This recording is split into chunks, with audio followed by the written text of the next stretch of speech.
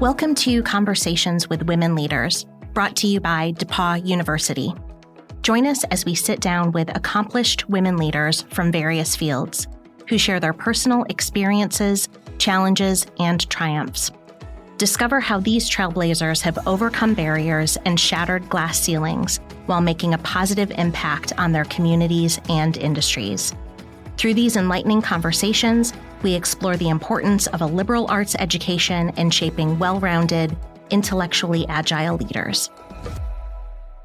All right, we're back with Dianna Boyce, who is the Vice President of the NBA All-Star Game with Pacer Sports Entertainment.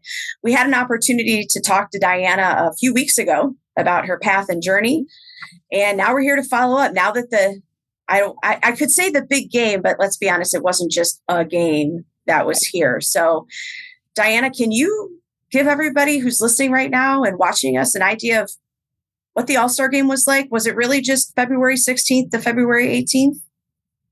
It was a moment in time, but there's a lot more to it than just a few days. So obviously the fact that we were awarded a bid in 2017 and all of the lead up, and more importantly, it's leaving it better than you found it. So that's all the legacy components. So yes, while it is February 16th through the 18th is what they market, it is so much more than that. And it is more than a game. It is, for us, it was 4 days. We initiated a few new elements that the NBA hadn't experienced in other places. And even the NBA recognizes it, because one of the things that they said to me early on is, rather than call this NBA All-Star Game, we call it NBA All-Star 2024, because it is an all-encompassing event. Whereas you don't call it Super Bowl game, you call it the Super Bowl, because it's multiple things that go into this element. And so NBA All-Star 2024 was an event that took place from February 15th to the 18th, but lots leading up to it and lots that will trickle on and live on, leaving it better than we found it.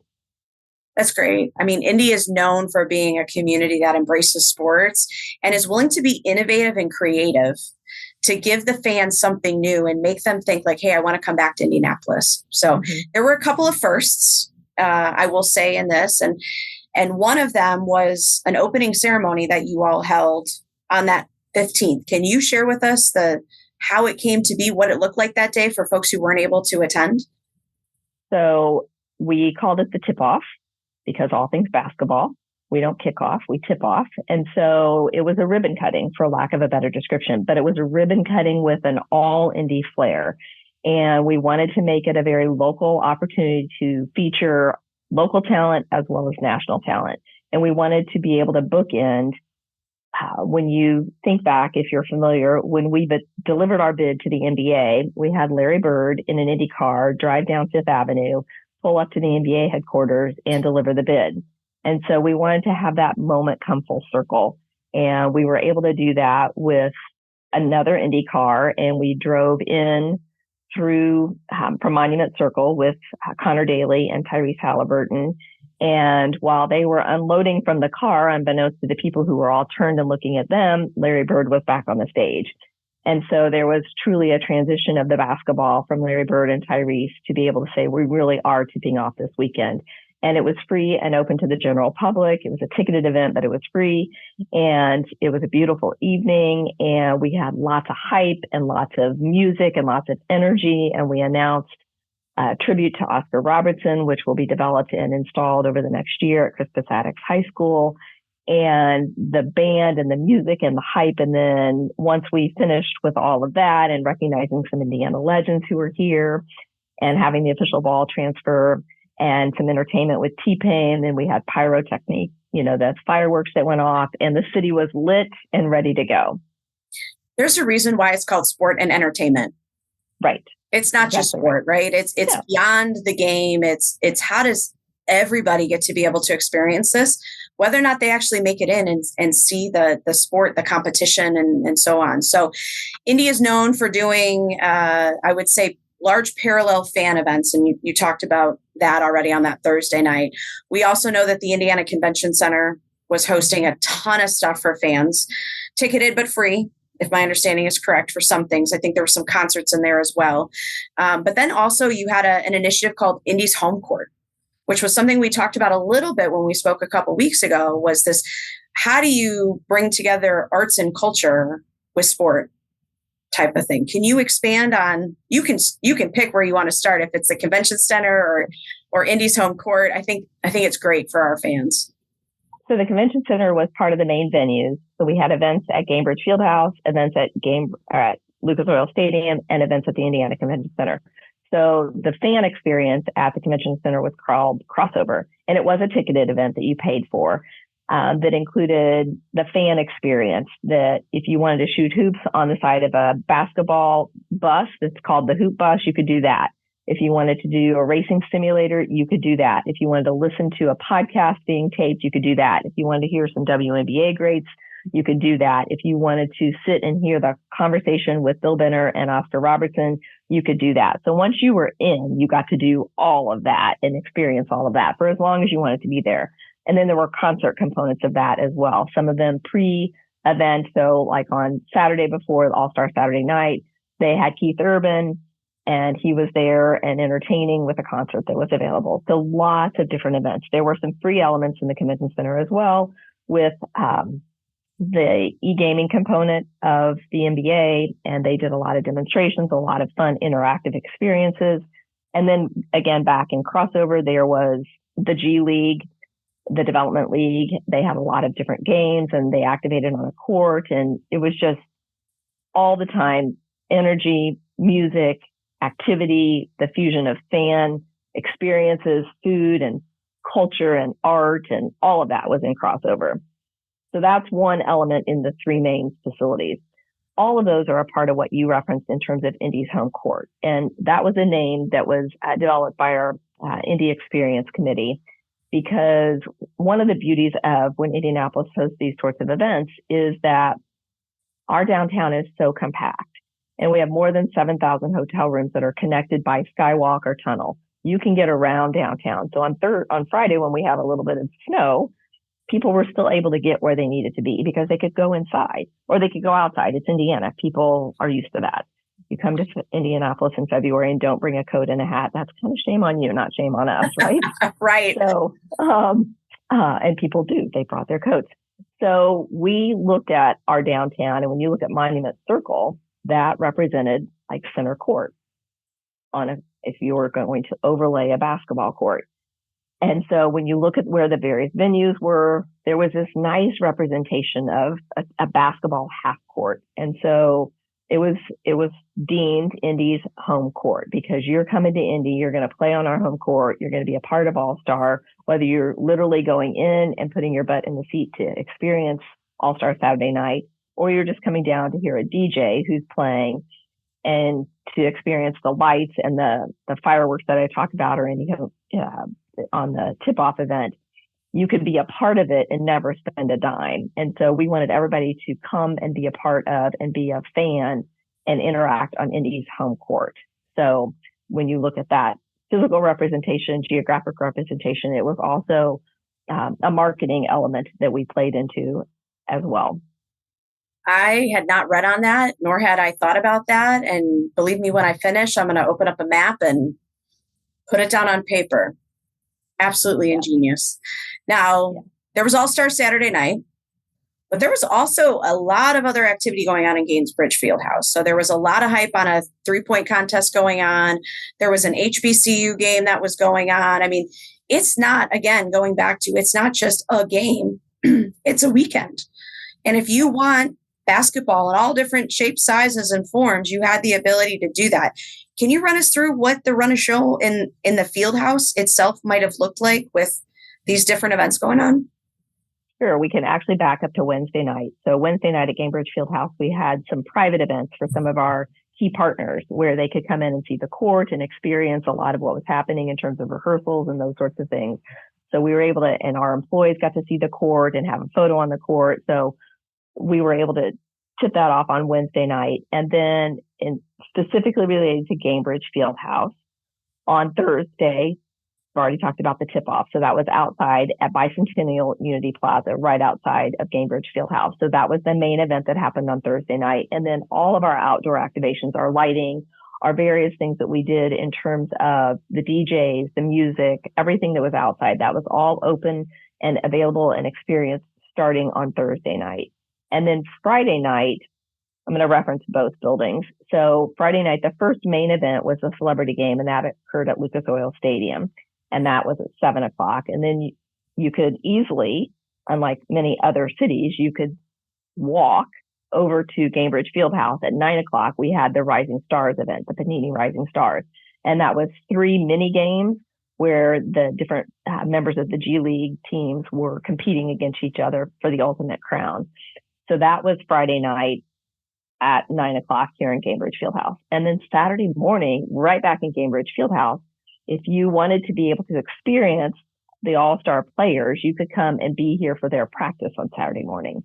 So doors open first thing on Saturday morning, and all-star practice and media day, where all the media, the throngs gather around a general area where all the players are set up, and they get to ask all their questions, whether it's about all-star experience or whether it's about general play or where they're headed for the rest of the season, those sorts of things. So the practice and the media day all occurred here at Gainbridge Fieldhouse. And then immediately following that, you could use your ticket for the practice and stay in the building and experience the HBCU game, or you could buy a ticket and just come to the HBCU. It's the 3rd year the NBA has hosted an HBCU Classic. And for a state that doesn't have an HBCU facility in our boundaries, we were thrilled with the actual participation of fans, the bands, the cheerleaders, the dancers, all of that. So leading up to the game, which occurred in Gainbridge Fieldhouse, we had a pep rally, a pregame experience that again happened out on Bicentennial Unity Plaza. So you would see the walk. Some of the Black sororities do their walk and various things.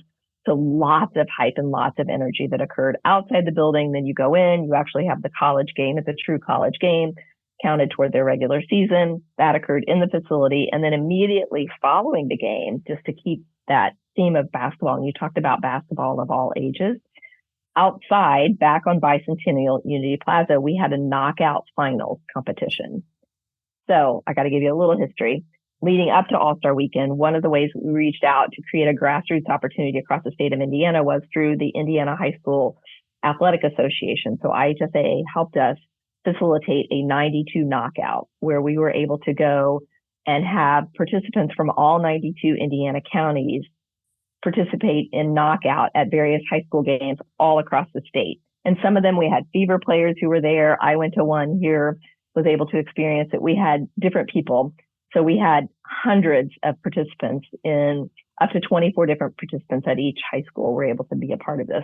And then we invited all 92 of those winners to Indianapolis in this finals competition. So we had close to 40, I think, who took us up on the offer. And out there, we did the finals. So we had the true knockout winner that happened there. And those were kids ages 10 to 18. So kind of hitting that whole spectrum. Saturday night, you bounce back over to Lucas Oil Stadium, where you've got All-Star Saturday night and the skills competition, the 3-point shooting competition, and the slam dunk competition, and then the shoot-off between Steph and Sabrina, and all that happened. And then you have a concert, a late-night concert, back at Crossover. And then you roll into Sunday, and there's this Legends brunch that happened at the Convention Center, and then the actual game on Sunday night back at Gainbridge Fieldhouse. So, and there were 150 other events over the course of the weekend, some of them official, some of them not official, probably closer to 200. So I've just given you a very high level rundown of what all was happening in our city. It sounds exhausting, but probably absolutely energizing too in those spaces. You just go and experience. And then at some point you probably sit down, and it's probably pretty hard to get up at that moment in time of you just need to take a breath, maybe even a little bit of a nap. Yeah. I slept 10 hours Monday night. Yeah. That's good. So I sure had a lot of sleep before. Yeah, you are owed that sleep for sure. But tell me, how do you pull that off? Like how? I mean, you are far more entrenched in the indie sports scene than I am, but knowing the capability of indie in hosting any number of large scale events in sports over the last 12 years that I've lived in this state, it takes an army of folks in order to get this done. So how in the world, like how many people, how do you go about getting people? Like what happens if you don't have enough people? Have you ever had not enough people when you have to do this? Not an indie. So that's our trademark. And I think even Adam Silver referenced it a few times in his interviews, that it is all about the partnerships and the collaboration. Those are the two key words I would say, that it's just, you pick up the phone. I mean, I have a perfect example. On a week before, the NBA said, hey, we're going to need a few people to do X, Y, Z. Can you find us people? And they need to be people who have this sort of skill set. I picked up the phone to call somebody who I felt met that. And she said to me, you know what? I'm going to find your other 6 or 8 people. Give me 2 days. And 48 hours later, she had those 6 or 8 people. I didn't have to do anything, I was just calling her to see if she would be one of my people. And she's like, I got this. We're going to do it. I'm going to take care of this for you. That sort of thing. So, and that was a last minute example. We're not last minute about everything. So we've been very planful. We had 24 committees, a little coincidental for 2024, maybe not. We had 24 committees, and they were focused on various different things. And I think we talked about this before, but everything from sustainability to marketing to arts and culture. And you mentioned that partnership. It is very unique to Indianapolis that people will come to the table who maybe are in a normal day's work competing with each other and sit down together for the collective good of the whole and say, let's make this happen, or what do we need to do to make this happen? And I love that. And so on these 24 committees, we had 450 people from across the community. About 100 of those were employees, but another 350 were from just all over, literally all over the state. And what do? How can we help? Let's form a plan. Let's focus on our committee. Let's work with the other committees. Let's get this figured out and make it happen. And those committees were formed leading into what was originally 2021. And then we took a pause, reformed the committees, added a committee or two, removed a committee or two, and reshaped what we looked at, what our plan being for 2024. And they're the people who make it happen. So you've got staff people like me and 8 or so others. And then you've got this whole host of volunteers and groups from our Visit Indy, our Downtown Indy, our Chamber of Commerce, Indy Hub, Indiana Sports Corporation, all of those people who are willing and excited and engaged in the whole planning and implementation elements of this. And that includes government entities, city, public safety, state. We had snow, so we had snow removal. I mean, everybody. And I love that. That is a very unique element that people make the difference here. All right. Sounds like it was a rousing success. Anything spark creativity for the next time Indy has one of these big events? I mean, don't give me any trade secrets because I don't want anybody else to put it in their bid, but is there any sort of like broad topic you might share with me where you're like, I think we need to explore this a little bit more? I think I would look at that from, if I'm another city, what are some things that we can take notes from? So the tip-off event, how do you localize this? And we have always been very focused on that in Indianapolis when we put these events on. How do you make it more than a game? And I've used that. I've said that in probably any conversation that I've had, that making it more than a game is so important. And so all of the hype and all of the celebrities and all of the basketball that happened on the court are critical, obviously, in the international eye and what was shown on TV. And then all these other things, the Special Olympics of Indiana and Boys and Girls Clubs of Indianapolis, being the recipient of hundreds of thousands of dollars that are going to impact those organizations for years to come. Those are really critical. And how you plan for that, how you find those right partners, I think is very important.